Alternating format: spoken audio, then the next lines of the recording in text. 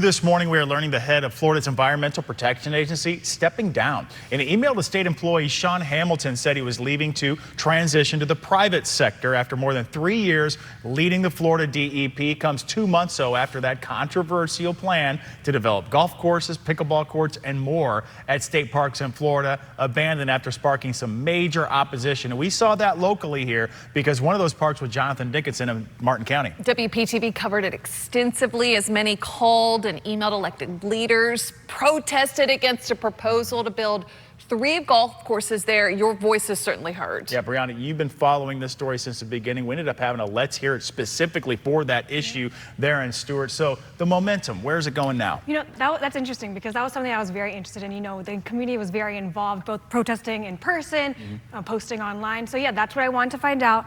And that's what I did. I met with the founder, creator of that online social media page, and this is what I found.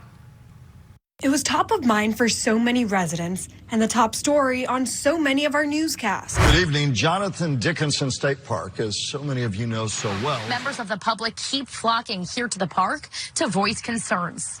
Even though that plan was scrapped, we know so many of you still have questions. Even becoming the topic for our Let's Hear It event in August. You're not going to build a golf course in Jonathan Dickinson Park. But part of the reason it became a hot button issue so fast, this Facebook group, Protect Jonathan Dickinson State Park. Absolutely. Jessica Namath created the page, hoping to educate and inform people in one spot. I knew something was coming and we were going to need to take action. Today, it's nearly 50,000 members strong. Did you ever expect to garner so much power on a social media page? Almost 50,000 members. No, I mean, I can't even wrap my brain around that size. It's overwhelming, of course. But again, I like to believe that that's how much Floridians care about, you know, what you see here.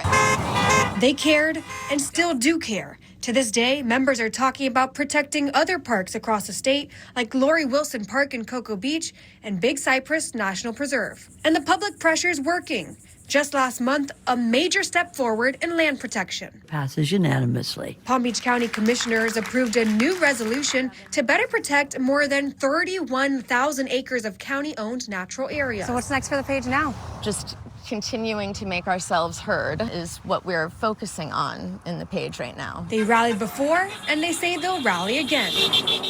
So, you know, one thing I asked Jessica was if she thinks that if it weren't for all this public outcry and that online momentum, if she thinks the plans would have moved forward. And she said, absolutely. So, you know, it just goes to show how people coming together can really make a difference. And in the history here in South Florida, there were few things that came together so quickly. Yeah, think about all the emails, calls we got here. I mean, the build on it was exponential. What a great follow-up, too, to see how they're using that momentum moving ahead. They're not stopping. Thank you for that. Appreciate it.